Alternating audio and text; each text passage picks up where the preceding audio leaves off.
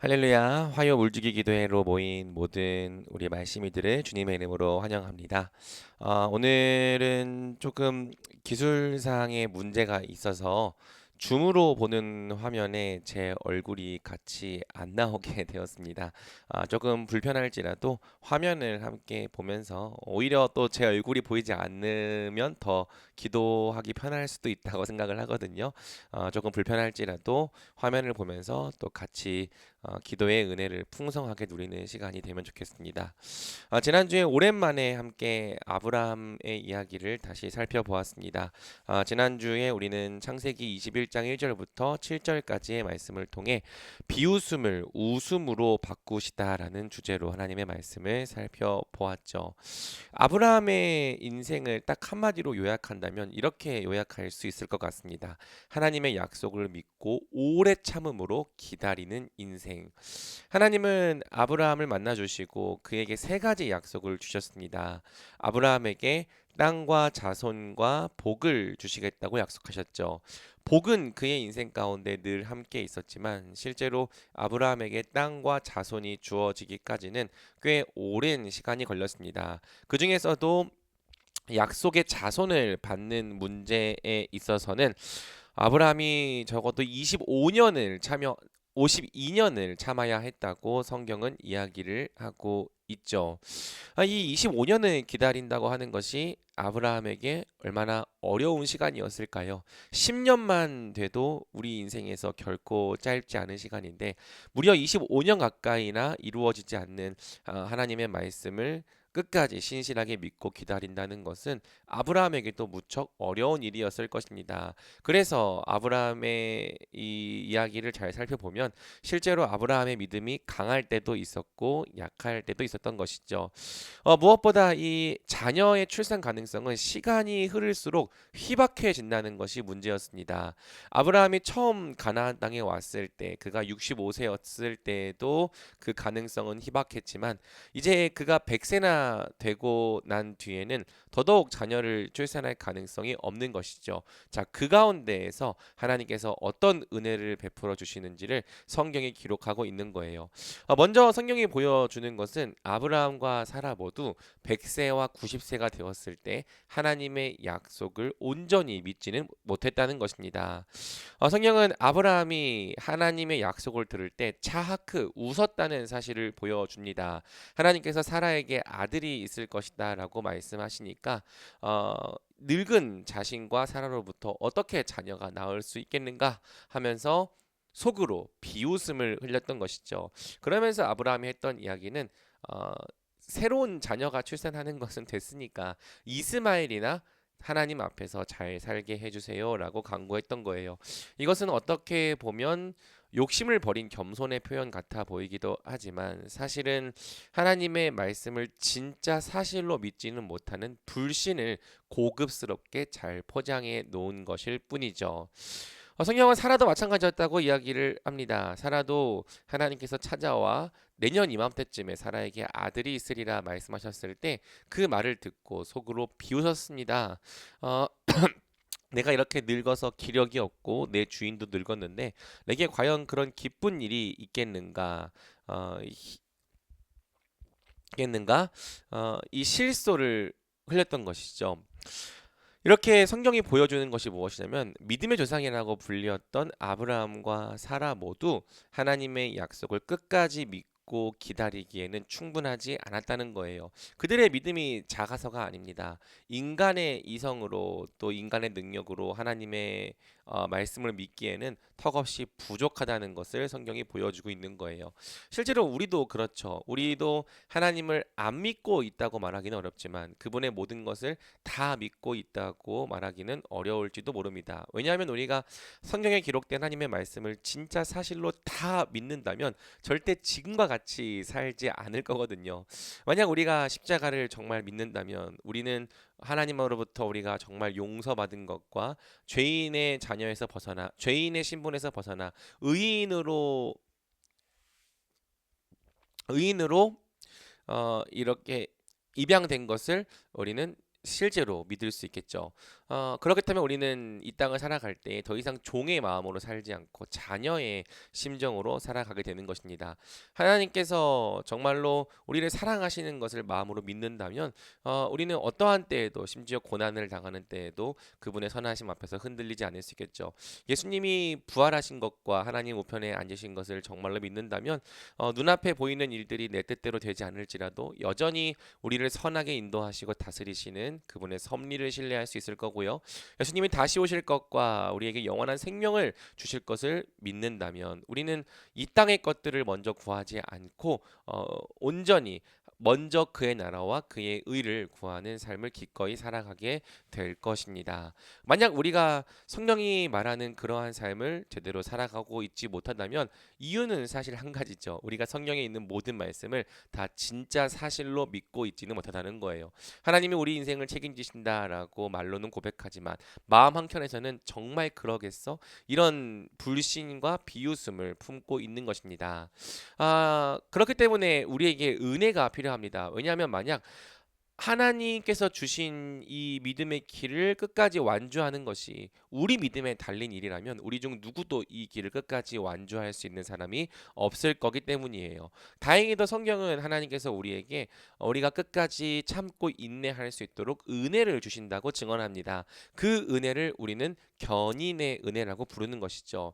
특별히 성경은 하나님께서 견인의 은혜를 어떤 수단을 통해서 베풀어 주시는지를 매우 자주 강조하는데요. 하나님은 말씀을 통해서 그분의 견인의 은혜를 주신다는 사실을 성경이 여러 곳에서 증언하고 있죠. 자, 아브라함이 하나님을 비웃었을 때 하나님은 아브라함의 믿음 없음을 꾸짖거나 혼내지 않으셨습니다. 대신 다시 한 번 더 그분의 신실하신 약속을 들려주시죠. 아니다, 네 아내 사라가 네 아들을 낳을 것이고 너는 그 이름을 이삭이라고 할 것이다. 사라도 불신할 때에 하나님께서 다시 한번 말씀해 주시는 겁니다. 여호와께 어려워서 능치 못할 일이 있겠느냐? 우리 하나님께서 불가능한 건 없다. 하나님께서는 반드시 말씀대로 행할 것이다라는 사실을 들려주고 또 들려주시는 거예요. 놀랍게도 하나님의 말씀에는 그것을 들을 때에 우리의 믿음을 일으키고 또 새롭게 한다는 능력이 있습니다. 그래서 말씀이 우리 귀에 들려지고 또 선포되면 본래 우리 인간의 이성으로는 믿을 수 없었던 것들이 믿어지는 역사가 일어나는 거죠. 사실 성경에 기록된 모든 말씀은 하나님의 은혜와 선물 없이는 결코 우리가 진짜로 믿을 수 없는 것들입니다. 예를 들어 예수님이 하나님의 아들이라고 하는 것조차 성령께서 그것을 진짜로 믿게 하여 주시지 않으시면 결코 우리 인간의 이성과 믿음으로 그것을 믿을 수가 없는 것이죠. 하지만 놀랍게도 하나님은 성경의 말씀이 우리 귀에 들려질 때마다 우리가 그 말씀을 통하여 믿음을 갖게 하십니다. 본래 믿어지지 않았던 것들이 믿어지게 하십니다. 본래 믿을 수 없었던 것들을 믿음으로써 받아들이게 하십니다. 그래서 우리가 말씀을 듣고 또 듣는 것을 통해 희미해졌던 믿음이 다시 확신 있게 바뀌고 없었던 믿음이 새롭게 세워짐을 받으면서 우리에게 맡겨진 믿음의 길을 끝까지 완주할 수 있게 되는 거예요. 만약 하나님께서 우리에게 은혜를 주시는 방법이 이렇다면 우리는 우리가 어떤 말씀을 들어야 하는지도 알 수 있는 거죠. 우리가 매주 주일마다 모여서 하나님의 말씀을 듣고 또 매일 그분의 말씀을 묵상해야 하는 이유는 끝까지 견디기 위한 믿음을 공급받기 위해서입니다. 그리고 믿음을 공급받기 위해서 우리가 듣거나 읽어야 하는 말씀은 바로 복음인 거죠. 오직 복음만이 우리의 믿음을 일으킬 수가 있습니다. 오직 복음만이 능력이 나타나서 우리를 믿음에서 믿음에 이르게 할 수 있습니다. 세상의 인사이트, 철학, 또 어떤 방법론 처세술 좋은 말씀들은 비록 우리에게 깨달음이나 감동은 줄 수 있을지라도 그러한 말씀들이 우리로 하여금 그리스도를 향한 믿음을 갖게 만들지는 못하는 거죠. 사도 바울은 그렇게 이야기를 했습니다. 때가 오리니 사람들이 귀가 가려워서 더 이상 바른 교훈을 따르려 하지 않고 자기의 정욕을 또 따르게 할 스승들을 두고 따를 것이다. 우리가 들어야 하는 말씀은 듣고 싶은 말씀이 아니라 반드시 들어야 하는 말씀입니다. 왜냐하면 우리를 구원하는 말씀은 듣고 싶은 말, 듣기에 좋은 말이 아니라 우리가 반드시 들어야 하는 진리의 복음이기 때문이죠. 여러분들이 끝까지 믿음의 길을 안주하기 위하여 계속하여 하나님의 말씀을 들으십시오. 복음을 들으십시오. 그리스도께서 여러분을 위해 어떤 일을 하셨고 또 앞으로 어떤 일을 하실지를 계속해서 듣다 보면 여러분은 믿음을 갖게 될 것입니다. 다시 믿음으로 격려를 받아 일어나 걷게 될 것입니다. 우리는 바로 그러한 은혜를 통해 오늘도 하루를 살아가고 이 길을 끝까지 완주하게 되는 거예요. 자, 그리고 마지막으로 성경이 증언하는 것은 결국 이 길을 끝까지 완주하고 참았던 아브라함과 사라가 받게 된 은혜에 대한 것이죠. 성경은 하나님께서 말씀하신 대로 행하셨다는 사실을 여러 번 강조합니다. 여러분, 왜 말씀대로 믿고 인내하는 사람이 복이 있는 줄 아십니까? 우리 하나님은 결코 거짓말을 하지 않으시는 분이기 때문이에요. 그분께서 이렇게 이루시겠다라고 약속하셨다면 그 약속은 반드시 그분의 말씀대로 이루어지기 때문이죠. 따라서 이 땅에서 하나님의 말씀을 믿고 인내하며 참았던 사람들은 그분의 말씀이 정말 말씀대로 다 이루어지게 됨을 보게 될 것입니다. 우리가 비록 연약하여져서 하나님의 말씀을 온전히 다 믿지 못하는 때가 있었을지라도 성령께서 주시는 견인의 은혜로 말미암아 이 믿음의 길을 다 완주하고 나면 정말 하나도 빠짐없이 그분의 말씀대로 되었다는 사실을 보게 될 거예요. 그리고 성경은 그때 우리가 이런 복을 누리게 될 것이라고 이야기를 하고 있죠. 하나님은 아브라함이 낳은 자녀의 이름을 이삭이라고 지으라고 하셨는데요. 이 이삭이라고 하는 이름은 이츠하크, 그가 웃을 것이다라는 뜻의 이름입니다. 아브라함과 사라가 하나님의 약속을 들을 때 온전히 그것을 믿지 못하고 비웃음을 흘리자 앞으로 너희가 반드시 웃게 될 것이다라는 의미에서 주신 이름이죠. 이 이름의 의미대로 사라는 웃었습니다. 하나님께서 나로 웃게 하시니 이 소식을 듣는 사람이 다 나와 함께 웃을 것이다. 우리는 모두 웃게 될 것입니다. 지금은 이 땅에서 믿음의 길이 참 쉽지 않고 어려워서 눈물을 흘릴지라도 결국 하나님의 모든 것이 말씀대로 이루어진 것을 보게 될 때 우리는 기쁨에 겨워 참 웃음과 행복을 누리며 살아가게 될 겁니다. 그러니 여러분, 우리의 비웃음을 웃음으로 변화시키는 하나님을 믿고 오늘도 신실하게 믿음의 길을 걸어가십시오. 이 시간 함께 우리가 말씀을 붙잡고 기도할 때에 하나님께서 우리에게 참고 견디며 인내할 수 있는 은혜를 부어주시길 간절히 소망합니다. 우리 같이 기도하겠습니다.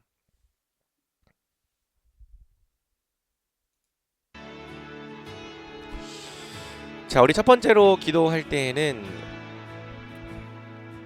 우리가 하나님의 말씀을 부분으로만 믿지 않고 전체를 다 하나님의 말씀으로 믿을 수 있게 달라고 기도합시다.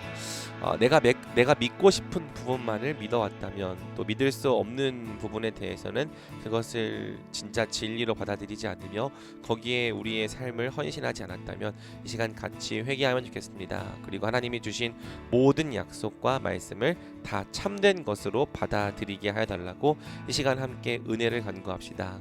그리고 그럼에도 불구하고 우리 이성으로 다 감당할 수 없는 하나님의 말씀들이 믿어지지 않을 때에 우리의 연약함을 불쌍히 여겨달라고 은혜를 간구합시다.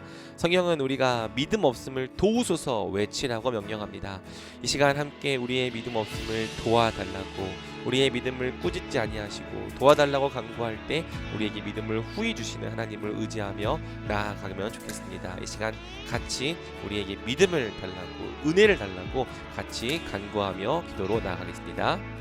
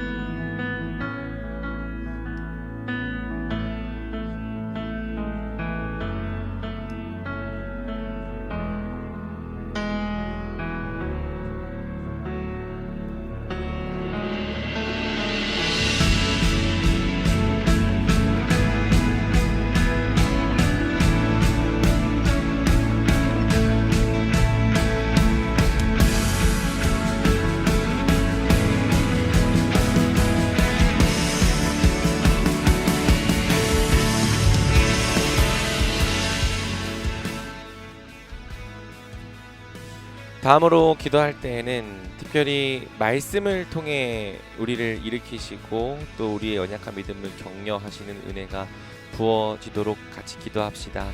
여러분, 우리가 말씀을 들어야 하는 이유는 우리의 연약한 믿음이 격려를 받기 위해서입니다. 말씀을 들을 때마다 본래 내가 믿지 못하였던 것들이 온전히 믿어지는 역사가 있게 하여 주시옵소서. 희미했던 것들이 분명해지게 하여 주시옵소서. 이미 믿고 붙잡아 왔던 약속들도 더욱더 확고한 소망으로 흔들림 없이 붙잡게 하여 주시옵소서. 또 기도할 때에 우리가 말씀을 붙잡고 끝까지 참고 인내할 수 있는 은혜, 우리에게 맡겨진 삶을 하나님의 말씀을 붙잡고 매일매일 신실하게 한 걸음 한 걸음 걸어갈 수 있는 은혜를 부어달라고 기도합시다. 모든 것이 하나님의 말씀대로 이루어질 것을 우리가 믿게 하여 주시고, 또 그날이 왔을 때 우리가 정말 참되게 웃게 될 것을 신뢰하게 하여 주시옵소서. 그날을 위하여 이 땅의 유혹 앞에 타협하지 않고 우리가 끝까지 그리스도의 편에 서서 살아가는 자들 되게 하여 주시옵소서. 우리 함께 말씀 붙잡고 같이 기도로 나아가겠습니다. 기도하겠습니다.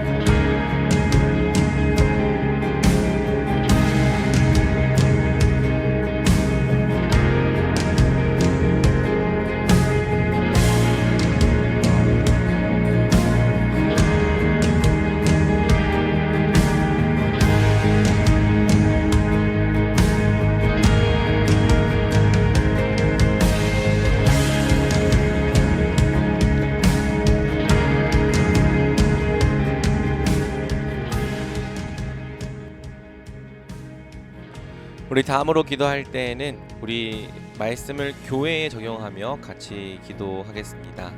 말씀에 심기는 교회가 복음을 통해 믿음을 일으키고 격려하는 교회가 되게 하여 주시옵소서.